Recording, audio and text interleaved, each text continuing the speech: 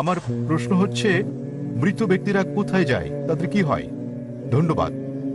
ভাই প্রশ্ন করলেন যে মৃত ব্যক্তিরা কোথায় এবং তাদের কি হয়েছে। আগের প্রশ্নের জবাবে আমি বলেছি যে আল্লাহ বলেছেন সূরা মুলক অধ্যায় নম্বর 67 আয়াত নম্বর 2, আল্লাযী খালাকাল মাউতা ওয়াল হায়াতা, অর্থাৎ সর্বশক্তিমান ঈশ্বর জীবন ও মৃত্যুর সৃষ্টি করেছেন তোমাদের মধ্যে কর্মে কে উত্তমতা পরীক্ষার জন্য। তাহলে এই জীবন পরকালের জন্য হচ্ছে পরীক্ষা। কোনো ব্যক্তি একবার মারা গেলে তার পরীক্ষা শেষ, পরীক্ষা ফিনিশ। তবে সকল মানুষের পরীক্ষার ফলাফল পৃথিবীর বুকে প্রথম মানুষ হযরত আদম আলাইহিস সালাম থেকে শুরু করে আমাদের সময় জীবিত সবার জীবন ধারণকারী শেষ মানুষটি পর্যন্ত সকলকে বিচার দিবসে পুনরুত্থিত করা হবে এবং একযোগে সবার পরীক্ষার ফলাফল প্রকাশ করা হবে। আপনি জানেন, একটা উদাহরণ দিচ্ছি, আমরা কিভাবে ভোট দেই। ভোট গ্রহণ করা হয় উত্তর ভারতে একটা তারিখে, দক্ষিণ ভারতে অন্য একটা তারিখে, পূর্ব ভারতে ভিন্ন একটা তারিখে, কিন্তু গণনা শুরু হয় একযোগে এবং ফলাফল ঘোষণা করা হয় একযোগে। সুতরাং একই রকম ভাবে এখানে পরীক্ষা নেওয়া হয়ে গেছে। তবে তিনি মালিক ইয়াউমিদ্দিন, তিনি বিচার দিবসের মালিক। বিচার সবার একই দিনে হবে। হিসাব কিতাব কে সঠিক কে বেঠিক একই দিনে ঠিক করা হবে। তারপর আপনার ভালো মন্দ কাজের উপর ভিত্তি করে আপনি সর্বশক্তিমান ঈশ্বরের আদেশ মান্য করেছেন কি না, তার ভিত্তিতে আপনি যাবেন বেহেশতে কিংবা দোজখে। তবে সকলকে পুনরুত্থিত করা হবে, যদিও বর্তমানে তারা সুপ্ত অবস্থায় আছেন। সুপ্ত অবস্থা মানে তারা মারা গেছেন, তবে তাদেরকে পুনরায় জীবিত করা হবে। সর্বশক্তিমান ঈশ্বর তাদেরকে পুনরায় জীবন দান করবেন। তাহলে সকল মানুষ পুনরুত্থিত হবে এবং শেষ বিচারের দিনে পবিত্র কোরআন আল্লাহ বলেন যে একজন মানুষও সর্বশক্তিমান স্রষ্টার বিচারে আপত্তি জানাবে না। কারণ আমাদের অঙ্গ প্রত্যঙ্গ সাক্ষ্য দেবে, আমাদের চোখ সাক্ষ্য দেবে, আমাদের হাত সাক্ষ্য দেবে আমাদের কর্মের। এমনকি তারাও আপত্তি করবে না যাদেরকে নির্দেশ পালন না করার জন্য জাহান্নামে পাঠানো হবে। কোরআনে বলা হয়েছে তারা সর্বশক্তিমান স্রষ্টার বিচারে কোনো আপত্তি করবে না।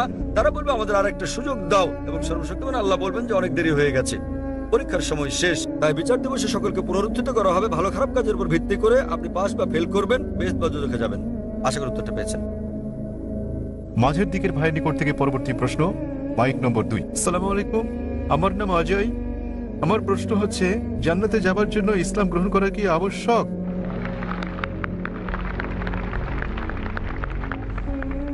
ভাই একটা প্রশ্ন করলেন যে জান্নাতে যেতে হলে ইসলাম গ্রহণ করা আবশ্যক কিনা। জিজ্ঞাসাটা এরকম যে পরীক্ষায় পাশ করতে আমাকে ভালো নম্বর পেতে হবে কিনা। পরীক্ষায় পাশ করার জন্য আপনাকে ন্যূনতম 5 নম্বর পেতে হবে। জান্নাতে যাওয়ার জন্য প্রয়োজনীয় শর্তাবলীর কথা বলছে সূরা আল আসর অধ্যায় নম্বর 103 আয়াত নম্বর 1 থেকে 3 বলা হয়েছে, ওয়াল আসর ইন্নাল ইনসানা লাফি খুসর ইল্লা আল্লাযিনা আমানু ওয়া আমিলুস সলিহাতি ওয়া তাওয়াসাউ বিল হাক্কি ওয়া তাওয়াসাউ বিস sabr। সময়ের শপথ, নিশ্চয়ই মানুষ ক্ষতির মধ্যে রয়েছে, তারা বাদে যারা বিশ্বাস এনেছে, যারা সৎকর্ম করেছে, যারা সত্যের পথে মানুষকে আহ্বান করে এবং ধৈর্য ও অধ্যবসায়ের উপদেশ দেয়। কোন মানুষের বেহেশতে যাওয়ার জন্য ন্যূনতম 4টি গুণ থাকতে হবে কমপক্ষে। প্রথমত, বিশ্বাস স্থাপন করা, ঈমান আনতে হবে। ঈমান আনলে এক ঈশ্বরে বিশ্বাস করতে হবে, মুহাম্মদ সাল্লাল্লাহু আলাইহি সাল্লামকে শেষ পয়গম্বর মানতে হবে, ইত্যাদি ইত্যাদি। দ্বিতীয়ত, সৎকর্ম করা। বিশ্বাস করা ছাড়াও, ঈমান আনা ছাড়াও সৎকর্ম করা। আমালে সলিহাত। তৃতীয়ত হচ্ছে ওয়া তাওয়াসাউ বিল হক, মানুষকে সত্যের পথে ডাকা। এবং চতুর্থ হচ্ছে মানুষকে ধৈর্য আর অধ্যবসায়ের উপদেশ দেয়া। যে কোনো মানুষের জান্নাতে যাওয়ার জন্য কমপক্ষে 4টি গুণ থাকতে হবে। এবং যদি আল্লাহ ইচ্ছে করেন যে কোনো গুনাহ মাফ করতে পারেন, শিরক ছাড়া তিনি কখনো শিরক মাফ করবেন না। আল্লাহ বলেন সূরা নিসা অধ্যায় 4 আয়াত নম্বর 48 এবং সূরা নিসা অধ্যায় 4 আয়াত 116-তে যে আল্লাহ ইচ্ছে করলে যে কোনো গুনাহ মাফ করে দিতে পারেন, শিরক তিনি কখনোই মাফ করবেন না। যে লোক শিরক করেছে সে কঠিন গুনাহ করে ফেলেছে। শিরক একটা বড় গুনাহ। শিরক করলে জান্নাতে যাওয়ার কোনো সুযোগ থাকলো না আপনার জন্য। অন্যান্য গুনাহ আল্লাহ ইচ্ছে করলে মাফ করে দিতে পারেন, তবে আপনার জান্নাতে যাওয়া নিশ্চিত করতে হলে ন্যূনতম 4টি গুণ অর্জন করতে হবে: ঈমান, সৎকর্ম করা, মানুষকে সত্যের পথে ডাকা এবং ধৈর্য ও অধ্যবসায়ের উপদেশ দেয়া। ভাই আপনাকে আমি জিজ্ঞেস করছি, হ্যাঁ বলুন। আপনি কি জান্নাতে যেতে চান? আপনি জান্নাতে যেতে চান কি না? জি, যেতে চান আপনি? আমি এই জন্য বলছি, আমার অন্তর দিয়ে বলছি, আমাকে কলমা পড়িয়ে দিন। মাশাআল্লাহ, জান্নাতে যেতে চান। ভাই জান্নাতে যেতে চান এবং তিনি কলেমা পড়তে চান। কেউ কি আপনাকে ইসলাম গ্রহণ করতে জোর করছে ভাই? আচ্ছা, কেউ কোনো জোর করছে কি? কেউই না। আচ্ছা, করছে না। অর্থনৈতিক কোনো চাপ, টাকা পয়সার কোনো ব্যাপার? হ্যাঁ, না না, না। কেউ আপনাকে জোর করছে, জোর জবরদস্তি? কেউই না। আপনি আপনার অন্তর থেকে গ্রহণ করছেন? হ্যাঁ স্যার, ভালো ভালো কথা বলছে। ইসলাম আমার এই জন্য পছন্দ হয়েছে যে একজন ভগবান। মাশাআল্লাহ, ভাই বলছেন যে এমন সুন্দর সুন্দর কথা বলা হয়েছে ইসলামে এবং ইসলাম ধর্মে ঈশ্বর এক, তাই ইসলাম গ্রহণ করতে চান। আপনি কি মানেন যে মূর্তি পূজা করা ভুল? হ্যাঁ মূর্তি পূজা করা হ্যাঁ ভুল। ভুল। আচ্ছা, আপনি কি মানেন যে মোহাম্মদ সাল্লাল্লাহু আলাইহি সাল্লাম শেষ পয়গম্বর? মোহাম্মদ সাল্লাল্লাহু আলাইহি সাল্লাম আল্লাহর পয়গম্বর, এটাকে আপনি মানেন? মানি। মাশাআল্লাহ। তো ইনশাআল্লাহ আমি কলেমা পড়বো, আপনি হ্যাঁ। সেটা বলবেন, হ্যাঁ। ইনশাআল্লাহ দোয়া করবো আল্লাহ যেন আপনাকে জান্নাতবাসী করেন। হ্যাঁ, ধন্যবাদ। أشهد أشهد الله الله إله إله إلا الله إلا الله وأشهد وأشهد أن أن محمدا محمدا عبده عبده ورسوله। ورسوله। আমি সাক্ষ্য দিচ্ছি আমি সাক্ষ্য দিচ্ছি যে আল্লাহ ব্যতীত যে আল্লাহ ব্যতীত কোনো মাবুদ নেই কোনো মাবুদ নেই এবং এবং মুহাম্মদ মুহাম্মদ সাল্লাল্লাহু সাল্লাল্লাহু আলাইহি ওয়াসাল্লাম আলাইহি ওয়াসাল্লাম তার বান্দা তার বান্দা এবং পয়গম্বর। এবং পয়গম্বর। মাশাআল্লাহ, আপনি স্যার, মুসলমান হয়ে গেছেন ভাই। স্যার, জি ভাই। আমার একটি ভালো নাম রেখে দিন। ভাই আমাকে একটা নাম দিতে বলেছেন। মানুষের কাছে এক একটি নাম জিজ্ঞাসা করি, তারা আমাকে বলছে না। এখন আপনার নাম কি? আমার নাম অজয় কুমার। অজয় কুমার। হ্যাঁ।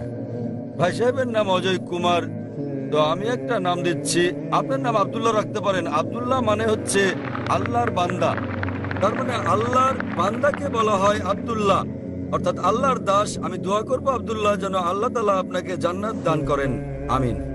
ধন্যবাদ। আমিন। আমি আপনার জন্য দোয়া কামনা করি, আপনাকে জান্নাতে যাওয়ার জন্য দোয়া কামনা করি। শুভ সন্ধ্যা। আমার নাম সেজাল যাদব। আমার প্রশ্ন, ভারতের মুসলমান ভাইয়েরা কেন বন্দে মাতরম বলা থেকে বিরত থাকেন এবং এর কারণ কি? আমি বলতে চাচ্ছি, বন্দে মাতরম ভারতের জাতীয়তাবাদকে বোঝায় এবং কোনো ধর্মীয় পরিচয় বহন করে না। বোন, আপনি কি গতকাল এই অনুষ্ঠানে ছিলেন? জি না স্যার। হ্যাঁ, কারণ গতকাল এক বোন এই প্রশ্নটাই করেছিলেন। তবে আপনি যেহেতু ছিলেন না, আমি আবার উত্তরটা দিচ্ছি। বোন প্রশ্ন করলেন যে কেন মুসলিমরা বন্দে মাতরম বলা থেকে বিরত থাকেন। মুসলিমরা কেন বিরত থাকেন জবাব দেওয়ার আগে আমি আপনাদের পরামর্শ দেই যে হিন্দুদেরও বিরত থাকা উচিত। কেন? কেননা এটা ধর্মগ্রন্থের বিপক্ষে যায়, যা আমি আগে উল্লেখ করেছি। এর আগের জবাবে যখন আমাদের শিখ ভাই প্রশ্নটা করেছিলেন, তখন আমি উদ্ধৃতি দিয়েছিলাম উপনিষদ থেকে, বেদ থেকে, সর্বশক্তিমান ঈশ্বর কেবল তারই উপাসনা করা উচিত, আর কারো নয়, তার কোনো প্রতিমা নেই। এখন বন্দে মাতরম একটা গান, এতে 3 বার বলা হয়েছে বন্দে মাতরম। বন্দে মাতরম মানে কি? মাতৃভূমির চরণে আমি মাথা নত করি। হিন্দু ধর্ম অনুযায়ী আপনি কেবল সর্বশক্তিমান ঈশ্বরেরই উপাসনা করেন, অন্য কারো নয়। ঈশ্বর তিনি তো এই দেশেরও স্রষ্টা, ঠিক আছে? তাহলে এটা আপনার ধর্মগ্রন্থের বিরুদ্ধে যায় এবং হিন্দু ধর্ম প্রতিমা পূজার বিরোধী। হিন্দু ধর্মে বলা হয়েছে তুমি কেবলমাত্র সর্বশক্তিমান ঈশ্বরের কাছে মাথা নত করো, অন্য কারো কাছে নয়। তোমরা কেবল তার উপাসনা করো, অন্য কারো নয়। তাই মুসলমান ছাড়াও প্রথমে আমি বলতে চাই এটা হিন্দু ধর্মগ্রন্থেরও বিরুদ্ধে যায়। আপনি যে কোনো হিন্দু পণ্ডিতকে জিজ্ঞেস করে দেখেন, একজন অজ্ঞ পুরুষ কিংবা মহিলাকে জিজ্ঞেস করলে হিন্দু ধর্মগ্রন্থ সম্পর্কে অজ্ঞতার কারণে তারা এটা না বুঝতেও পারে। জাতীয়তার ব্যাপারে আমি আপনাকে পরে বলছি। এখন মুসলিমদের ব্যাপারে বলতে গেলে আবারও এই শব্দ বন্দে মাতরম বিরুদ্ধে যাচ্ছে পবিত্র কোরআনের। কারণ ইসলাম ধর্মে আমরা কেবলমাত্র এক ঈশ্বরের উপাসনা করি, অন্য কারো নয়। এবং এই দেশ ভারত, আমরা মুসলিমরা দেশকে ভালোবাসি, এদেশকে শ্রদ্ধা করি এবং সর্বশক্তিমান ঈশ্বর স্রষ্টার আইনের বিরুদ্ধে না যাওয়া পর্যন্ত আমরা দেশের আইন মেনে চলি। এই দেশের আইন মেনে চলতে আমাদের মুসলিমদের কোনো আপত্তি নেই। তবে কোনো আইন সর্বশক্তিমান ঈশ্বরের আইনের বিপক্ষে গেলে আমরা তা কখনোই অনুসরণ করি না। যেহেতু সর্বশক্তিমান ঈশ্বর তিনি তো এই দেশের স্রষ্টা, তাই আমরা কি দেশ না সর্বশক্তিমান ঈশ্বরের কাছে মাথা নোয়াবো? ভারত প্রসঙ্গে বলতে গেলে আমরা মুসলিম, আমরা দেশকে ভালোবাসি, এদেশকে শ্রদ্ধা করি। সত্যিকারের প্রয়োজনে আমরা দেশের জন্য মরতে রাজি, কিন্তু আমরা দেশের কাছে মাথা নত করব না। কেন? কারণ এটা আমাদের স্রষ্টার আইনের বিপক্ষে যায়। একই রকম ভাবে সৌদি আরবের কাছে মাথা নত করা উচিত নয়। কেবল ভারতের মুসলিমরা এটা করবে তা ভাববেন না। সৌদি আরবে একজন সৌদি কখনো সৌদি আরবের কাছে মাথা নত করবে না। পাকিস্তানে একজন পাকিস্তানি মুসলমান কখনো পাকিস্তানের কাছে মাথা নত করবে না। এটা ভারতের জন্য কোনো বিশেষ আইন নয়, কারণ সৌদি আরব আল্লাহ সুবহানাহু ওয়া তাআলার চেয়ে শক্তিশালী নয়। পাকিস্তান যদিও নাম পাক, কিন্তু আল্লাহ সুবহানাহু ওয়া তাআলার চেয়ে তা বড় নয়। সুতরাং এই আইন একই। এবং ধারণাটা হচ্ছে আমরাও দেশকে ভালোবাসি, তবে যদি ইসলাম বিরোধী হয়, উদাহরণস্বরূপ ইসলামে আমরা আমাদের আল্লাহ এবং রাসূলগণের পর এই পৃথিবীতে যাকে আমরা অনেক বেশি ভালোবাসি তিনি আমাদের মা। মা আমাদেরকে তার গর্ভে ধারণ করেন 9 মাস। আমরা তাকে ভালোবাসি, তাকে শ্রদ্ধা করি, আমরা তার জন্য মরতে প্রস্তুত, কিন্তু তার কাছে মাথা নত করতে পারি না। যখন জন্মদাত্রী মায়ের কাছে মাথা নত করছি না, তখন এই ভূখণ্ডের কাছে মাথা নত করার প্রশ্ন আসছে কেন? কারণ না জন্মদাত্রী মা না আমাদের এই জন্মভূমি কেউ স্রষ্টার চেয়ে বড় নয়। অধিকন্তু সেখানে 12টি লাইন আছে বন্দে মাতরমে, 3 বার আছে বন্দে মাতরম, যা পরিপন্থী কোরআন এবং হাদিসের। অনুরূপ ভাবে দুর্গা ও লক্ষ্মীকে সর্বশক্তিমান ঈশ্বরের গুণাবলী আরোপ করা হয়েছে, যা সরাসরি বিরুদ্ধে যাচ্ছে ইসলাম ধর্মের। সে কারণে এটা ইসলাম পরিপন্থী, এটা ঈশ্বরকে খাটো করছে। তাই কেবল এই দেশের জন্য আমি আমার স্রষ্টাকে খাটো করব না, কিন্তু আমি দেশকে ভালোবাসি। এর মানে এই নয় যে আমি দেশকে ভালোবাসি না। এই গানটা কে রচনা করেছেন? বঙ্কিমচন্দ্র চট্টোপাধ্যায়। কিসের জন্য? এটা রাজনৈতিক পদক্ষেপ ছিল, এবং কয়েক বছর আগে তারা শতবর্ষ পালন করতে চেয়েছিল, কিন্তু এটা জানে না কোন তারিখে রচনা করা হয়েছিল গানটি। এটা আরো একটা রাজনৈতিক মতলব যা ভারতের রাজনীতিবিদরা আঁটতে চেয়েছিল, কিন্তু ভারতের হিন্দু রাজনীতিবিদরা জানে না যে এটাকে রাজনৈতিক ইস্যু বানিয়ে তারা নিজেদের ধর্মগ্রন্থের বিরুদ্ধে যাচ্ছে। আশা করি উত্তরটা পেয়েছেন। ধন্যবাদ স্যার। আসসালামু আলাইকুম জাকির সাহেব। ওয়ালাইকুম আসসালাম ওয়া রাহমাতুল্লাহ। আমার নাম দিলীপ ত্রিবেদী, আমি মুম্বাই থেকে এসেছি। আমি ইসলাম সম্পর্কে জ্ঞান রাখি না, কিন্তু আমার একজন বন্ধু আছে সেকেন্দার ভাই এবং আয়শা বোন, তারা আমাকে কোরআন দিয়েছে এবং আমি ধারাবাহিকভাবে 1 মাস যাবৎ গুজরাটি ভাষায় তা পড়েছি এবং আমি অনেক আগ্রহী হয়েছি। তারপর আমাদের সেকেন্দার ভাই পুনরায় ক্যাসেট শোনায়, তাতে আমি আরও আগ্রহী হই এবং আমি আনন্দিত হয়েছি ইসলাম সম্পর্কে, যা সনাতন সত্য যে আছে সে জ্ঞান আমি পেয়েছি। আর আপনার কাছে আমি চাই, কলেমা পড়তে চাই। মাশাআল্লাহ ভাই, আমরা আপনাকে স্বাগত জানাই। তিনি বললেন 1 মাসেরও বেশি সময় ধরে তিনি কোরআন পড়ছেন। পরে তাকে কিছু ক্যাসেট দেওয়া হয়েছে এবং তাতে উদ্বুদ্ধ হয়ে আল্লাহ সুবহানাহু ওয়া তাআলার একত্ববাদের বিষয়টি উপলব্ধি করতে পেরেছেন, আর সে কারণে তিনি গ্রহণ করতে চান ইসলাম। ভাই দিলীপ, আমি আপনার কাছে জানতে চাই যে কেউ কি আপনাকে বাধ্য করছে গ্রহণ করতে ইসলাম? কেউ আপনাকে জোর করছে? না। না, আপনি সজ্ঞানে গ্রহণ করছেন ইসলাম? জি। আপনি কি স্বেচ্ছায় গ্রহণ করছেন ইসলাম? জি। মাশাআল্লাহ। আমি বলবো আরবিতে, আপনি আমার সঙ্গে বলবেন ইনশাআল্লাহ। আশহাদু আশহাদু আল্লাহ আল্লাহ ইলাহা ইলাহা ইল্লাল্লাহ ইল্লাল্লাহ ওয়া আশহাদু ওয়া আশহাদু আন্না আল্লাহ মুহাম্মাদান মুহাম্মাদান আবদুহু আবদুহু ওয়া রাসূলুহু। ওয়া রাসূলুহু। মাশাআল্লাহ। আমি সাক্ষ্য দিচ্ছি আমি সাক্ষ্য দিচ্ছি যে যে আল্লাহ ব্যতীত আল্লাহ ব্যতীত কোনো মাবুদ নেই কোনো মাবুদ নেই এবং এবং মুহাম্মদ মুহাম্মদ সাল্লাল্লাহু সাল্লাল্লাহু আলাইহি ওয়াসাল্লাম আলাইহি ওয়াসাল্লাম তার বান্দা বান্দা এবং পয়গম্বর। এবং পয়গম্বর। মাশাআল্লাহ। ভাই গ্রহণ করেছেন ইসলাম, এবং আমি আল্লাহর কাছে দোয়া করি যেন আল্লাহ সুবহানাহু ওয়া তাআলা আপনার চেষ্টা সাধনা কবুল করেন, আপনার পরিশ্রমকে কবুল করেন, এবং ইসলাম সম্পর্কে যদি আপনার আরো কিছু জানার থাকে তো ইনশাআল্লাহ আপনি IRF এর সংস্পর্শে থাকেন। যদি কোনো প্রশ্ন মনে আসে ইসলামের ব্যাপারে তো এখন আপনি আমাকে জিজ্ঞেস করতে পারেন, অথবা নিজে চলেও আসতে পারেন ডোংরিতে আমাদের অফিসে। আর আমি আল্লাহর কাছে দোয়া করি আল্লাহ সুবহানাহু ওয়া তাআলা যেন আপনাকে জান্নাতবাসী করেন। একটি অনুরোধ আপনাকে, জি বলেন। আমাকে কোনো একটি সুন্দর নাম দিন। ভাই অনুরোধ করলেন যে আমি যেন তার একটা ভালো নাম বাছাই করি, যে নামটা তার জন্য আমার মাথার মধ্যে এই মুহূর্তে আসছে সেই নামটা হচ্ছে বিলাল। আপনি আপনাকে বিলাল বলতে পারেন। সকল ভাই বোনদের কাছে আমার অনুরোধ যে আমার জন্য যেন দোয়া করে। ইনশাআল্লাহ। তিনি এখানে উপস্থিত সকল ভাই বোনের পাশাপাশি পিস টিভির দর্শকদের কাছে অনুরোধ করেছেন। মাশাআল্লাহ 10 কোটি লোক, 10 কোটি মানুষ দেখছেন, তাই আমি এখানে উপস্থিত ভাই বোন এবং পিস টিভির দর্শকদের অনুরোধ করব দয়া করে আমাদের ভাইয়ের জন্য দোয়া করুন, এবং আমরা আল্লাহ সুবহানাহু ওয়া তাআলার কাছে দোয়া করি তিনি যেন তাকে জান্নাত দান করেন। ধন্যবাদ।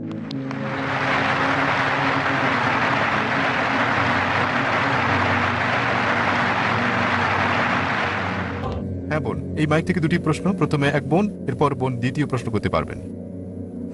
শুভ সন্ধ্যা স্যার, আমি ডাক্তার কল্পনা। আমি চিকিৎসা বিষয়ক প্রশ্ন করতে চাই। মূলত ইসলামে পরিবার পরিকল্পনার অনুমোদন আছে কিনা, এবং সাধারণত কেন লোকেরা এমটিপি অর্থাৎ মেডিকেল টার্মিনেশন অফ প্রেগন্যান্সিকে টিএল অপেক্ষা বেশি পছন্দ করে থাকে এবং তাদেরকে টিএল এর ব্যাপারে রাজি করানো বেশ কঠিন, অথচ এমটিপি করানো অনেক সহজ? কেন এমন হয়? বোন ডাক্তার তাই অনেক শব্দ সংক্ষেপ এমটিপিটিএল ব্যবহার করেছেন। বেশিরভাগ শ্রোতা এগুলো না বুঝতে পারেন, তবে আমি নিজে ডাক্তার হয় বুঝতে পারছি তিনি কি বোঝাতে চাচ্ছেন। বোন প্রশ্ন করেছেন ইসলামে পরিবার পরিকল্পনা সম্পর্কে, যে কেন মুসলিমদের টিএল অর্থাৎ টিউবার লাইগেশন মানে স্থায়ী পরিবার পরিকল্পনা পদ্ধতির চেয়ে এমটিপি অর্থাৎ মেডিকেল টার্মিনেশন অব প্রেগন্যান্সিতে রাজি করানো সহজ। দুটোর উত্তর একসঙ্গে দিচ্ছি। পরিবার পরিকল্পনা একটা অত্যন্ত বড় এবং ব্যাপক ধারণা, পরিবারের পরিকল্পনা, এবং মূলত লোকেরা পরিবারের পরিকল্পনা করে সন্তানদের আগমন বন্ধ করতে চায়। তাহলে এক্ষেত্রে ইসলামে কি বলা হয়েছে? পরিবার পরিকল্পনার স্থায়ী যে সকল পদ্ধতি রয়েছে, হতে পারে এটা টিউবার লাইগেশন টিএল যেটা বলেছেন, হতে পারে ভ্যাসেক্টমি, তবে যে কোনো স্থায়ী পরিবার পরিকল্পনা পদ্ধতি ইসলামে নিষিদ্ধ। দ্বিতীয়ত, যে কোনো ধরনের গর্ভপাত, যে কোনো MTP medical termination of pregnancy এটা নিষিদ্ধ, কারণ মায়ের জীবনের জন্য ঝুঁকিপূর্ণ না হওয়া সত্ত্বেও আপনি একটা জীবন হত্যা করছেন। যদি মায়ের জীবন ঝুঁকিপূর্ণ হয়ে পড়ে, এ কারণে যে ইতিপূর্বে তার কয়েকবার অপারেশন করা হয়েছে এবং ডাক্তাররা যদি বলেন যে তার 4-5 বার অপারেশন করা হয়েছে, আরো একবার করলে তার জীবন ঝুঁকিপূর্ণ হতে পারে, অথবা তার হার্টের কোনো সমস্যা থাকলে এবং সে আর গর্ভধারণের কোনো কষ্ট সহ্য করতে না পারলে, সেক্ষেত্রে ইসলামী শরিয়ার বক্তব্য হচ্ছে বড় ক্ষতি রোধ করার জন্য ছোট ক্ষতি মেনে নেওয়া ভালো। মায়ের জীবন পৃথিবীতে আসতে যাওয়া সন্তানের জীবনের চেয়ে বেশি মূল্যবান। এহেন পরিস্থিতিতে শেষ ব্যবস্থা হিসেবে এসব পদ্ধতি ব্যবহার করা যেতে পারে। যে কোনো ধরনের স্থায়ী পদ্ধতি হোক, তা টিউবার লাইগেশন, হতে পারে ভ্যাসেক্টমি, কিংবা হতে পারে মেডিকেল টার্মিনেশন অফ প্রেগন্যান্সি, তা কেবল এইসব ক্ষেত্রে ব্যবহার করা যাবে, অন্য কোনো ক্ষেত্রে ব্যবহারের অনুমতি নেই। কেন নিষিদ্ধ এই সকল পদ্ধতি? কারণ পবিত্র কোরআনে বলা হয়েছে, সূরা আনাম অধ্যায় নম্বর 6 আয়াত নম্বর 151, স্বীয় সন্তানদেরকে দারিদ্র্যের ভয়ে হত্যা করো না, কারণ আল্লাহ সুবহানাহু ওয়া তাআলা তোমাদের ও তোমাদের সন্তানদের আহার দেবেন। আল্লাহ আবারও বলেছেন সূরা ইসরা সূরা নম্বর 17 আয়াত নম্বর 31, দারিদ্র্যের ভয়ে তোমাদের সন্তানদের হত্যা করো না, তোমাদের সন্তানদের ও তোমাদেরকে আল্লাহ জীবন উপকরণ দেবেন। সন্তান হত্যা করা হচ্ছে কঠিন পাপ। সুতরাং এই আয়াত অনুযায়ী যে কোনো মানুষকে হত্যা করা নিষিদ্ধ, এমনকি যে শিশু এই পৃথিবীতে আসছে তা সহ সব রকম মানুষ হত্যা করা নিষিদ্ধ। অন্যান্য অস্থায়ী পদ্ধতি গ্রহণের ব্যাপারে আলেমগণের মধ্যে মতভেদ রয়েছে। প্রথমে সবচেয়ে প্রচলিত হচ্ছে কপার টি। আর এই কপার টি আমি যখন পড়তাম মেডিকেল কলেজে তখন শিখেছিলাম এটা হচ্ছে একটা জন্ম নিরোধক। কিন্তু কপার টির ক্ষেত্রে কি ঘটে? ডিম্বাণু ও শুক্রাণু মিলে ইতোমধ্যেই তৈরি করে ফেলেছে জায়গোট। কিন্তু এই কপার টি জায়গোটকে জরায়ুর দেয়ালে ঝুলে থাকতে বাধা দেয়, মাতৃগর্ভের দেয়ালে লেগে থাকতে বাধা দেয়। তাই এটা খুবই আগাম গর্ভপাত ছাড়া কিছুই নয়। সুতরাং ইসলাম মতে যারা চিকিৎসা বিজ্ঞান সম্পর্কে জানেন তাদের ধারণায় কপারটিও নিষিদ্ধ। অন্যান্য অস্থায়ী পদ্ধতিগুলোর ব্যাপারে হতে পারে কন্ডম, হতে পারে অন্যান্য কোনো পদ্ধতি, মতপার্থক্য আছে। একদিন এক ব্যক্তি আমাদের নবীর কাছে এসে বললেন যে আমি করে থাকি আজল অর্থাৎ রতি বিরতিকরণ, এমন অবস্থায় বন্ধ করি যাতে নির্গত তরল স্ত্রী দেহে প্রবেশ করতে না পারে। এবং নবী চুপ ছিলেন। যেসব লোক কোনো অস্থায়ী ব্যবস্থার পক্ষে তারা বলেন নবী চুপ ছিলেন মানে অনুমতি দিয়েছেন, অন্য দল বলছে নবী চুপ ছিলেন মানে অনুমতি দেননি। মতপার্থক্য রয়েছে। তবে এখন আমি ফিরে যাব, কেন একজন মানুষ পরিবার পরিকল্পনা গ্রহণ করতে চায়, এটাই আমার মূল প্রশ্ন। সাধারণত একজন ডাক্তার কারো মাথা ব্যথা হলে তাকে অ্যাসপিরিন দেন, ক্রোসিন দেন। এটা কিন্তু প্রতিকার নয়, এটা একটা লক্ষণ ভিত্তিক চিকিৎসা। ব্যথার মাত্রাটা বাড়িয়ে দেয় যাতে আপনি ব্যথাটা অনুভব করেন না, কিন্তু এটা রোগের প্রকৃত নিরাময় নয়। জীবাণু ধ্বংস করাই হচ্ছে নিরাময়ের সর্বোৎকৃষ্ট উপায়। সুতরাং প্রথমে আমাদেরকে খুঁজে বের করতে হবে কেন মানুষজন পরিবার পরিকল্পনা গ্রহণ করতে চায়। যেসব কারণ খুঁজে পাওয়া যায় সেগুলোকে দুটো বড় ক্যাটাগরিতে ভাগ করা যায়। প্রথম ক্যাটাগরি হচ্ছে দারিদ্র্য। আপনি জানেন আমি দরিদ্র, যদি আমার অনেক সন্তান হয় তাহলে আমার নুনান্তে পান্তাপূর্ণর অবস্থা, অনেক সন্তান হলে মারাই পড়ব। অপর দলটা হচ্ছে ধনী, আমার অনেক টাকা আছে, তবে আমি আমার সন্তানকে ডাক্তার বানাতে চাই, আমার সন্তানকে ইঞ্জিনিয়ার বানাতে চাই। তারা এজন্যই পরিবার পরিকল্পনা করেন যাতে সন্তানকে ভালোভাবে মানুষ করতে পারেন। ইনশাআল্লাহ দুটোই আলোচনা করব। প্রথম ক্যাটাগরির মানুষের কথা বলি, তারা দরিদ্র শ্রেণীর। ইসলামে এই সমস্যার সমাধান রয়েছে। ইসলাম ধর্মের তৃতীয় স্তম্ভ হচ্ছে যাকাত। প্রত্যেক ধনী ব্যক্তি যাদের সম্পদ নিসাব লেভেলের উপরে আছে, যাদের আছে 85 গ্রামের বেশি স্বর্ণ বা সমপরিমাণ, তাদের প্রত্যেক চান্দ্র বছরে অতিরিক্ত সম্পদের 2.5% দান করতে হবে। প্রত্যেক ধনী ব্যক্তি যদি জাকাত দেয়, দুনিয়া থেকে দারিদ্র ঘুচে যাবে, একটি মানুষও আর না খেতে পেয়ে মারা যাবে না। সুতরাং যদি আপনার সমস্যা দারিদ্র হয়ে থাকে, ইসলামে তার সমাধান আছে। এবং যে ব্যক্তি জাকাত নেবে সমাজে সে ছোট হয়ে যাবে না। আর যে ধনী ব্যক্তি জাকাত দেন, তিনিও দরিদ্রকে দয়া করছেন না, কারণ সম্পদ আল্লাহর দান, জাকাত দেওয়া তার কর্তব্য। তিনি গরিবদের করুণা করছেন না। এবং গরিব লোকেরা যখন জাকাত নেয়, এটা কোনো করুণা ভিক্ষা নয়, বরং এটা তাদের অধিকার। সুতরাং দারিদ্র্য যদি সমস্যা হয়, তাহলে আমাদের বাধ্যতামূলক দান অর্থাৎ জাকাত দিয়ে এর সমাধানের উপায় আছে। বিশ্বের সকল ধনী মানুষ যদি জাকাত দেয়, দারিদ্র্য দূর হয়ে যাবে এবং একজন মানুষ আর ক্ষুধার জ্বালায় মারা যাবে না। এখন আসি কোরআনের আয়াতে, যা আমি আগে বলেছি, দুটো আয়াত, সূরা আনাম অধ্যায় 6 আয়াত নম্বর 151 এবং সূরা ইসরা অধ্যায় নম্বর 17 আয়াত নম্বর 31। উপর থেকে দেখতে একরকম মনে হলেও চক ও পনিরের পার্থক্য আছে। প্রথম আয়াত সূরা আনাম অধ্যায় 6 আয়াত নম্বর 151 বলছে, স্বীয় সন্তানদের হত্যা করো না দারিদ্র্যের কারণে, কারণ আল্লাহ সুবহানাহু ওয়া তাআলা তোমাদের ও তোমাদের সন্তানদের আহার দেবেন। সূরা ইসরা অধ্যায় নম্বর 17 আয়াত নম্বর 31 বলছে, দারিদ্র্যের ভয়ে তোমাদের সন্তানদের হত্যা করো না, কারণ তোমাদের সন্তানদের ও তোমাদের আল্লাহ সুবহানাহু ওয়া তাআলা জীবন উপকরণ দেবেন। একটু পরিবর্তন হয়েছে। প্রথম আয়াতে বলা হয়েছে তোমাদের ও তোমাদের সন্তানদের, সূরা ইসরায় বলা হয়েছে তোমাদের সন্তানদের ও তোমাদের। বাহ্যিক দিক থেকে দেখলে দুটো আয়াত একই। এখন প্রশ্ন হচ্ছে, কেন আল্লাহ সুবহানাহু ওয়া তাআলা স্থান বদল করলেন? সবকিছুর পেছনে রয়েছে হিকমত। সুতরাং আলিমগণ, মুফাসসিরগণ বলেন যে প্রথম আয়াত সূরা আনাম অধ্যায় 6 আয়াত 151-তে দরিদ্রদের কথা বলা হয়েছে। জানেন, আমাদের ভাবনা বেশি সন্তান থাকলে আমরা এমনকি আমাদের সন্তানরাও মারা পড়বে। তাই সর্বশক্তিমান আল্লাহ বলেন, চিন্তা করো না, স্বীয় সন্তানদের দারিদ্র্যের কারণে হত্যা করো না, আল্লাহ তোমাদের ও তোমাদের সন্তানদের আহার দেবেন। প্রথম আয়াতটা দরিদ্রদের জন্য, দ্বিতীয় আয়াত হচ্ছে ধনীদের জন্য। আর আমার কোনো আর্থিক সমস্যা নেই, তবে আমার ইচ্ছা আছে আমার সন্তান সংখ্যা কম হলে আমি তাদের ডাক্তার বানাবো, তাদেরকে ইঞ্জিনিয়ার বানাবো। তাই আল্লাহ বলেন, দারিদ্র্যের কারণে তোমাদের সন্তানদেরকে হত্যা করো না, আল্লাহ তোমাদের সন্তানদের ও তোমাদেরকে আহার দেবেন। অর্ডার বদলে গেল। যারা ধনী অর্থাৎ দ্বিতীয় ক্যাটাগরির মানুষ, তাদের সমস্যার সমাধানটা কি? শুধু আপনাদের অবগতির জন্য বলছি, আমি আমার পিতামাতার 5ম সন্তান। যদি তারা পরিবার পরিকল্পনা করতেন, আমার জন্মই হতো না। আপনার মতে আমি কি সমাজের জন্য আশীর্বাদ না অভিশাপ? আপনি জানেন, বিশ্বে সমাজে শ্রেষ্ঠ পেশা ডাক্তার, চিকিৎসক। সবচেয়ে ভালো পেশা ডাক্তার, এর চেয়ে ভালো কিছু নেই। আলহামদুলিল্লাহ, পিতামাতার 5ম সন্তান হয়েও আমি ডাক্তার হয়েছি। তবে আমি ডাক্তার হয়েছি মানুষের সেবার জন্য। কিন্তু যখন আরো ভালো পেশা পেলাম, আল্লাহ বলেন সূরা ফুসিলাত অধ্যায় 41 আয়াত নম্বর 33-এ, ومن أحسن قولا ممن دعا إلى الله وعمل صالحا قال إنني من المسلمين। তার কথার চেয়ে কার কথা উত্তম হতে পারে যে মানুষকে আল্লাহর পথে ডাকে, ভালো কাজ করে এবং বলে যে আমি মুসলিম। যখন আমি আরো ভালো পেশা পেলাম, আমি শরীরের ডাক্তার হওয়ার থেকে হয়ে গেলাম আত্মার ডাক্তার। আমি যদি ডাক্তার থাকতাম, আমি নিশ্চিত এখানে 1 লাখেরও বেশি মানুষ আছেন, তারা আমার কথা শুনতে আসতেন না। তারা এখানে এসেছেন কারণ আমি দেহের ডাক্তার থেকে আত্মার ডাক্তার হয়েছি। তাই আপনাদের কাছে আমার প্রশ্ন, আমি আমার পিতামাতার 5ম সন্তান, আমি কি সমাজের জন্য আশীর্বাদ না অভিশাপ হয়েছি? মানুষজনের একটা ভুল ধারণা রয়েছে যে যদি কম সন্তান থাকে তাহলে আপনারা বিকল্প সুবিধা নিতে পারবেন, তাদেরকে ভালো করে মানুষ করতে পারবেন। নোবেল পুরস্কার বিজয়ীদের তালিকা যাচাই করলে আপনারা দেখতে পাবেন, যারা পুরস্কার পেয়েছেন, বিশ্ব সেরা সেরা বিজ্ঞানী, সেরা ক্রীড়াবিদ, তাদের সকলে পিতামাতার 1ম সন্তান নন, তারা একমাত্র সন্তান নন। হয়তোবা কেউ 2য় সন্তান, কেউ 3য়, কেউ 5ম, এরকম মিশ্র। কাজে এটা একটা ভুল ধারণা। আল্লাহ সুবহানাহু ওয়া তাআলা জন্মবিরতিকরণ প্রাকৃতিক উপায় বলে দিয়েছেন। ইসলাম অনুযায়ী যখনই একটি শিশু ভূমিষ্ঠ হয়, তখন থেকে মার উচিত তাকে দুধ পান করানো। কিন্তু আজকাল বিশ্বে মায়েরা মাতৃদুগ্ধ পান করতে চান না, কেননা তাদের শরীর নষ্ট হয়ে যাবে। চিকিৎসা শাস্ত্র অনুযায়ী আপনার সন্তানকে সবচেয়ে উত্তম যে খাবার আপনি দিতে পারেন তা হলো মায়ের দুধ। আর আপনি সন্তানকে দুধ পান করালে প্রাকৃতিকভাবে দুগ্ধদানকালীন বিরতি ঘটবে। ডাক্তার হতে আপনি জানেন যে দুগ্ধদানকালীন একটা বিরতি রয়েছে, এর অর্থ মা হিসেবে গর্ভধারণ করবেন না। যদি এটা পুরোপুরি নিরাপদ নয়, তবে তার এই সময় গর্ভধারণের সম্ভাবনা খুবই কম থাকে। সুতরাং সর্বশক্তিমান আল্লাহ সুযোগ দিয়ে রেখেছেন। এবং জনসংখ্যা এটা অভিশাপ নয়, এটা হচ্ছে আশীর্বাদ। আপনি জানেন, আমরা আমাদের দেশে ভারতে বলে থাকি हम दो हमारे दो, আমরা দুজন এবং আমাদের দুজন। एक के बाद अभी नहीं, 2 के बाद कभी नहीं। একটির পর এখনই নয়, দুটোর পর কখনোই নয়। এগুলো হচ্ছে ভারতীয় স্লোগান, কারণ ভারত সরকার জনসংখ্যার যত্ন নিতে জানে না। আমেরিকা গেলে দেখবেন শিশুরা টি শার্ট পরে থাকে যাতে লেখা থাকে আমি আমার পিতার কর সাশ্রয়ী।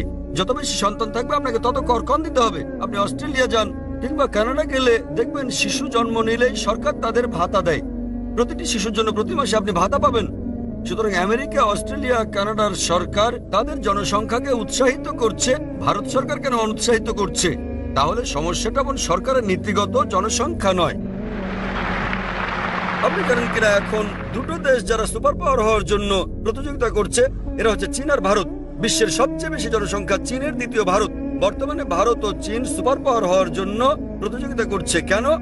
কারণ চীন ভারত উভয় দেশেরই বিপুল জনশক্তি রয়েছে। যখন আমি বলি জনশক্তি, এর মানে মানুষের শক্তি, তাতে নারীরাও আছেন। চীন এবং ভারতের জনশক্তি আছে, সে কারণে আজ আপনারা দেখেন আমেরিকা এই দেশে বিনিয়োগ করছে, লক্ষ্য করবেন পশ্চিমারা এই দেশে বিনিয়োগ করছে, শেয়ার বাজার বাড়ছে। কেন? জনসংখ্যার জন্যই। সুতরাং জনসংখ্যা এটা একটা আশীর্বাদ, অভিশাপ নয়। তাই আপনি যদি চান আপনার সন্তান হবে ডাক্তার বা ইঞ্জিনিয়ার, ভাববেন না আপনি জানতেন না আপনার পঞ্চম সন্তানটি ডাক্তার হবে কিংবা ইঞ্জিনিয়ার হবে। তবে এর অর্থই নয় যে আপনার আরো সন্তান থাকলে তাদেরও বেশি সুযোগ দিতে পারতেন। তৃতীয় আর একটা ক্যাটাগরি, এটা একটা একক ক্যাটাগরি। একসময় কেউ আমাকে বলেছিল যে ভাই জাকির, আমি ধনী, সন্তান মানুষ করার ঝামেলার মধ্যে আমি নেই। আপনি জানেন আমি ধনী, তাই অর্থের কোনো সমস্যা নেই, এবং সন্তানকে ডাক্তার বা ইঞ্জিনিয়ার বানানোর ঝামেলার মধ্যে আমি নেই। আমি আমার জীবনটাকে উপভোগ করতে চাই। তৃতীয় ক্যাটাগরি। আমি তাকে বললাম, তথাপিও আপনি জীবনকে উপভোগ করতে চাইলে সবচেয়ে উত্তম হচ্ছে সময় মতো বিয়ে করুন, ঠিক সময় সন্তান নিন, যেন যথাসময়ে অবসর নিতে পারেন। আপনারা জানেন ভারতে এরকম কিছু সম্প্রদায় রয়েছে, যেমন গুজরাটি, তারা সবাই তাড়াতাড়ি বিয়ে করে ফেলে। 19, 20, 21 বছরের মধ্যে তাড়াতাড়ি সন্তান নেয়।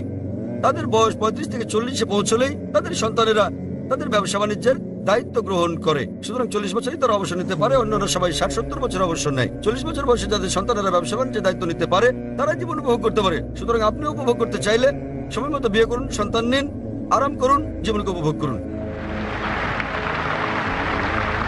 তাই ব্যক্তিগতভাবে আমি আমার মতামত দিতে চাই। পরিবার পরিকল্পনার ক্ষেত্রে আমি সেসব দলের পণ্ডিতদের কথা বিশ্বাস করি। আল্লাহ কোরআনে বলেছেন, সূরা আলে ইমরান অধ্যায় নম্বর 3 আয়াত নম্বর 54, مكروا مكر الله والله خير الماكرين। তারা চক্রান্ত করেছে, আল্লাহ কৌশল করেছেন এবং আল্লাহ কৌশলীদের শ্রেষ্ঠ। সুতরাং যদি ভেবে থাকেন আপনি ভালো পরিবার পরিকল্পনা করতে পারেন, তাহলে আপনাকে স্বাগতম। তবে আমি আমার পরিবার পরিকল্পনা স্রষ্টার হাতে ছেড়ে দিয়েছি, আর সেটাই উত্তম। আশা করি উত্তরটা পেয়েছেন। ধন্যবাদ স্যার। আমি অনুরোধ জানাচ্ছি, যদি কোনো বোনের কোনো সুনির্দিষ্ট প্রশ্ন থাকে তাহলে আসুন। ইসলামের ব্যাপারে কোনো জটিল প্রশ্ন থাকলে কিংবা ইসলামের কোনো বিষয়ে বিস্তারিত জানা থাকলে এখনই সময়। ডক্টর জাকির উপস্থিত আছেন, দয়া করে মাইকের কাছে যান এবং আপনার প্রশ্ন করুন। শুভ সন্ধ্যা স্যার, আমার নাম মঞ্জু সিং, আমি নাগপুরের বাসিন্দা। আমি বেদের ব্যাপারে একটি প্রশ্ন করতে চাই, কারণ আমি বিশ্বাস করি বেদ হিন্দু ধর্মের মূল ধর্মগ্রন্থ। তাই আমি জানতে চাই, আপনি বিভিন্ন ধর্মগ্রন্থের অভিন্ন দিকগুলো তুলে ধরছেন, যা অন্যান্য ধর্মগ্রন্থে একই রকম, কিন্তু কেন আপনি অমুসলিমদের কাছে সেসব দিকগুলো তুলে ধরছেন না যেগুলো পরস্পর সাংঘর্ষিক কিংবা যেগুলো পরস্পর বিপরীত? কারণ হিন্দু মেয়ে হিসেবে আমি অভিন্ন দিকগুলো বিশ্বাস করলেও এটা জানা অত্যন্ত গুরুত্বপূর্ণ হিন্দু ধর্মগ্রন্থের কোন দিকগুলো অন্যান্য ধর্মের সঙ্গে অভিন্ন এবং কোনগুলো ভিন্ন। বোন খুব সুন্দর একটা প্রশ্ন করেছেন। তিনি বলেছেন আমি বেদ থেকে উদ্ধৃতি দিয়েছি, সাদৃশ্যগুলো তুলে ধরেছি, কেন বৈসাদৃশ্যগুলো সম্পর্কে বলিনি, এবং সাদৃশ্যের পাশাপাশি বৈসাদৃশ্যগুলো জানতে চেয়েছেন। বোন, আমি যেমন ইসলাম ধর্ম ও হিন্দু ধর্মের সাদৃশ্যগুলোর উপর কয়েক ঘন্টা ধরে আলোচনা করতে পারি, তেমনি আমি ইসলাম ধর্ম ও হিন্দু ধর্মের বৈসাদৃশ্য নিয়েও দীর্ঘ আলোচনা করতে পারি।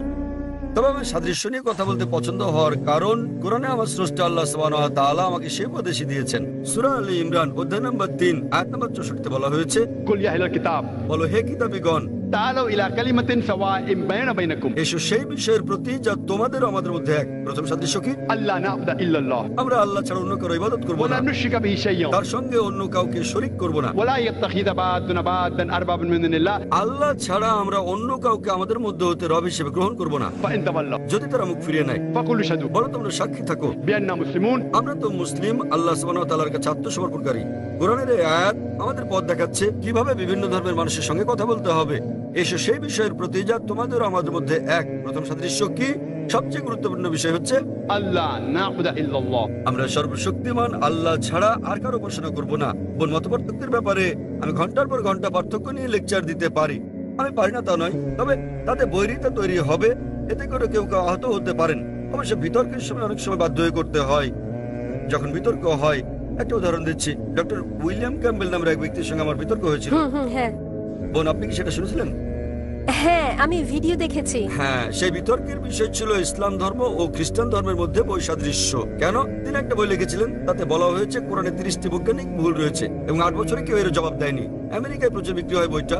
সুতরাং আমেরিকার ছাত্ররা আমাকে ডেকে পাঠালো। আমাদের সংলাপ হলো, বিষয় ছিল বিজ্ঞানের আলোকে বাইবেল ও কোরআন। কোরআনের বিরুদ্ধে তার যেসব আপত্তি ছিল আমি সবগুলো জবাব দিলাম। আমি বাইবেল থেকে 38টি বিষয় উল্লেখ করলাম যে বিজ্ঞানের বিপরীত, তিনি এর একটির জবাব দিতে পারলেন না। তাই এই বিতর্কে আমাকে এই কাজটা করতে হয়েছিল। যদি কোনো হিন্দু পণ্ডিতের সঙ্গে আমার বিতর্ক হয়, যদি তিনি বলেন বেদ পুরোপুরি বৈজ্ঞানিক, তখন অবৈজ্ঞানিক কথাগুলো আমি বলতে পারি। তবে যদি আমি বৈসাদৃশ্য নিয়ে কথা বলি, হতে পারে তখন আপনি মনক্ষুণ্ণ হবেন। সেজন্য যদি আপনি আরো গভীরে যেতে চান, তাহলে IRF এর কাছে প্রশ্ন রাখতে পারেন। আমরা আপনাকে সব রকম তথ্য দেব। তবে জনসমক্ষে নিতান্ত বাধ্য না হলে ব্যক্তিগতভাবে আমি বৈপরীত্য নিয়ে আলোচনা করতে চাই না।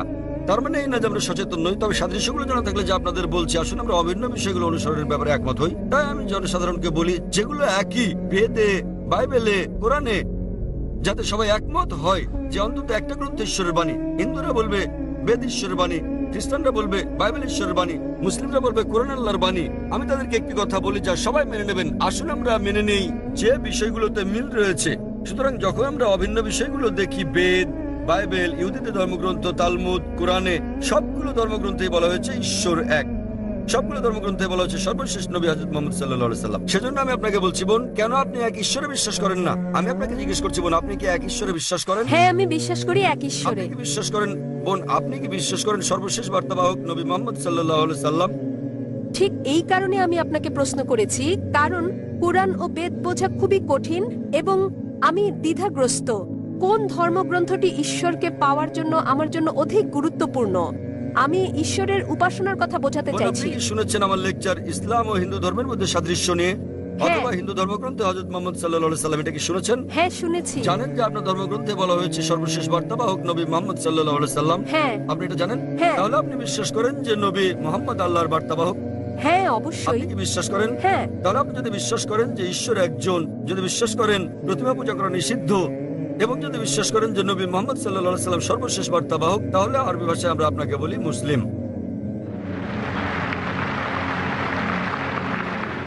বোন, আপনি কি এক ঈশ্বরে বিশ্বাস করেন? হ্যাঁ, আমি এক ঈশ্বরে বিশ্বাস বিশ্বাস করেন করি। প্রতিমা পূজা নিষিদ্ধ? হ্যাঁ, আপনি কি বিশ্বাস করেন ঈশ্বরের কোনো আকৃতি নেই? হ্যাঁ। কেউ বিশ্বাস করেন যে মুহাম্মদ সাল্লাল্লাহু আলাইহি সাল্লাম ঈশ্বরের বার্তাবাহক। সুতরাং যতটা আপনি অগ্রসর হয়েছেন, বেশি দূর না গেলেও এটা বিশ্বাস করেছেন যে আল্লাহ ছাড়া কোনো উপাস্য নেই এবং নবী মুহাম্মদ তার বার্তাবাহক। একথা স্বীকার করে পরোক্ষভাবে আপনি মুসলিম হয়ে গেছেন। মুসলিম মানে যে নিজেকে আল্লাহর কাছে সমর্পণ করে। আপনি নিজেকে সমর্পণ করেছেন। জানি পরোক্ষভাবে আমি একজন মুসলমান। যদি বেদ ও হ্যাঁ। কোরআন একই কথা বলে থাকে, তাহলে আমি আপনি পরোক্ষ হলেও কোনো সমস্যা নেই। পরোক্ষ হলেও স্বাগতম, প্রত্যক্ষ হন বা পরোক্ষ, আপনাকে আমরা স্বাগত জানাই। এখন আপনি জানেন কি কি অভিন্ন। এখন যদি বেদ বলে যে সর্বশেষ পয়গম্বর মুহাম্মদ সাল্লাল্লাহু আলাইহি সাল্লাম এবং তাকে অনুসরণ করেন, তাহলে আপনি নবী মুহাম্মদকে অনুসরণ করে পরোক্ষভাবে বেদকেই অনুসরণ করছেন। তাহলে আপনাকে হ্যাঁ। জানতে হবে নবী মুহাম্মদ কি বলেছেন, তারপর আপনাকে পড়তে হবে হাদিস। তবে ধীরে ধীরে, তা আপনি এখন নার্সারিতে, তারপর জুনিয়র কেজি, তারপর সিনিয়র কেজি, তারপর প্রথম শ্রেণী, এভাবে দশম শ্রেণীতে উঠবেন। কিন্তু আপনি ভর্তি হয়েছেন কিনা আমি জানতে চাই। আপনি কি একমত যে আপনি মুসলিম? মুসলিম মানে যে নিজের ইচ্ছাকে আল্লাহর কাছে সমর্পণ করে দেয়। কেন এটা গুরুত্বপূর্ণ যখন কেউ এক ঈশ্বরে বিশ্বাস করে তাকে মুসলমান বলা? হ্যাঁ, কেন? মুসলিম মানে এমন ব্যক্তি নিজের ইচ্ছাকে যিনি আল্লাহর কাছে সমর্পণ করেন, এবং আল্লাহর কাছে আত্মসমর্পণের গুরুত্বপূর্ণ দিক হচ্ছে এক ঈশ্বরে বিশ্বাস করা, মূর্তি পূজা নিষিদ্ধ বিশ্বাস করা এবং নবী মুহাম্মদকে বার্তাবাহক বলে বিশ্বাস করা। যদি আপনি এই কথা বলেন, তার মানে আপনি নিজেকে সমর্পণ করতে সম্মত এবং এতে সময় লাগবে। এরপর আপনি স্ট্যান্ডার্ড 1-এ উঠবেন। ধীরে ধীরে আপনি জানতে পারবেন রোজা রাখার ব্যাপারে, দান করা, ডাকাতি না করা, চুরি না করা, এগুলো একে একে আসবে। কিন্তু আপনি সমর্পণ করতে সম্মত কিনা সেটা গুরুত্বপূর্ণ, এবং নবী মুহাম্মদের শিক্ষাগুলো মেনে চলতে সম্মত কিনা আপনার কাছে জানতে চাই আমি, বোন। হ্যাঁ, রাজি। তাহলে কি আপনি শাহাদা পাঠ করবেন? শাহাদা মানে আপনি আরবিতে বলবেন যে আল্লাহ ছাড়া কোনো উপাস্য নেই এবং নবী মুহাম্মদ তার বার্তাবাহক। হ্যাঁ, ঈশ্বর একজন এবং এবং এবং মহানবী মুহাম্মদ সর্বশেষ পয়গম্বর। মাশাআল্লাহ, মাশাআল্লাহ বোন, আপনাকে অভিনন্দন। আমি আরবিতে বলবো, আপনি আমাকে অনুসরণ করবেন। আপনি কি জানেন যা আপনি বলছেন সেটা সেই একই জিনিস? তবে আমি জানতে চাই, বোন, কেউ কি আপনাকে বাধ্য করছে এটা বলতে? না, কেউ না। কোনো চাপ প্রয়োগ করছে? না। সম্পূর্ণ নিজের ইচ্ছায়। হ্যাঁ। ঠিক আছে বোন, আমি আরবিতে বলবো, আপনি শুনে বলুন। আশহাদু अशहदु আল্লাহ अल्लाह ইলাহা इलाहा ইল্লাল্লাহ इल्लल्लाह ওয়া আশহাদু व अशहदु আন্না अन्ना মুহাম্মাদান मुहम्मदन আবদুহু अब्दुहु ওয়া রাসূলুহু। व रसूलुहु। আমি সাক্ষ্য দিচ্ছি, আমি সাক্ষ্য দিচ্ছি আমি সাক্ষ্য দিচ্ছি যে কোনো উপাস্য নেই যে কোনো উপাস্য আল্লাহ নেই ছাড়া, আল্লাহ ছাড়া এবং নবী মুহাম্মদ এবং নবী তার মুহাম্মদ সাথে বর্ষিত হোক তার উপর শান্তি হলেন বর্ষিত হোক আল্লাহর বান্দা হলেন আল্লাহর এবং বান্দা আল্লাহর রাসূল। এবং আল্লাহর রাসূল। মাশাআল্লাহ। ধন্যবাদ। আপনাকে আমি অভিনন্দন জানাই বোন। এখন আপনি ইসলামে প্রবেশ করেছেন এবং ইনশাআল্লাহ আরো জ্ঞান অর্জন করে প্রথম স্ট্যান্ডার্ড, দ্বিতীয় তৃতীয় স্ট্যান্ডার্ড শ্রেণীতে উঠবেন। ইসলামিক রিসার্চ ফাউন্ডেশনের বন্ধুদের সংস্পর্শে থাকুন এবং আপনাকে দিক নির্দেশনা দিতে আমাদের ভালোই লাগবে। আর যদি কোনো প্রশ্ন থাকে কোরআন সম্পর্কে, ইসলাম সম্পর্কে আপনি করতে পারেন। হিন্দু ধর্ম সম্পর্কেও কোনো প্রশ্ন থাকলে করতে পারেন। জি, আপনাকে সুস্বাগতম বোন এবং আমি আল্লাহ তাআলার কাছে দোয়া করি তিনি যেন আপনাকে জান্নাত দান করেন। ধন্যবাদ স্যার।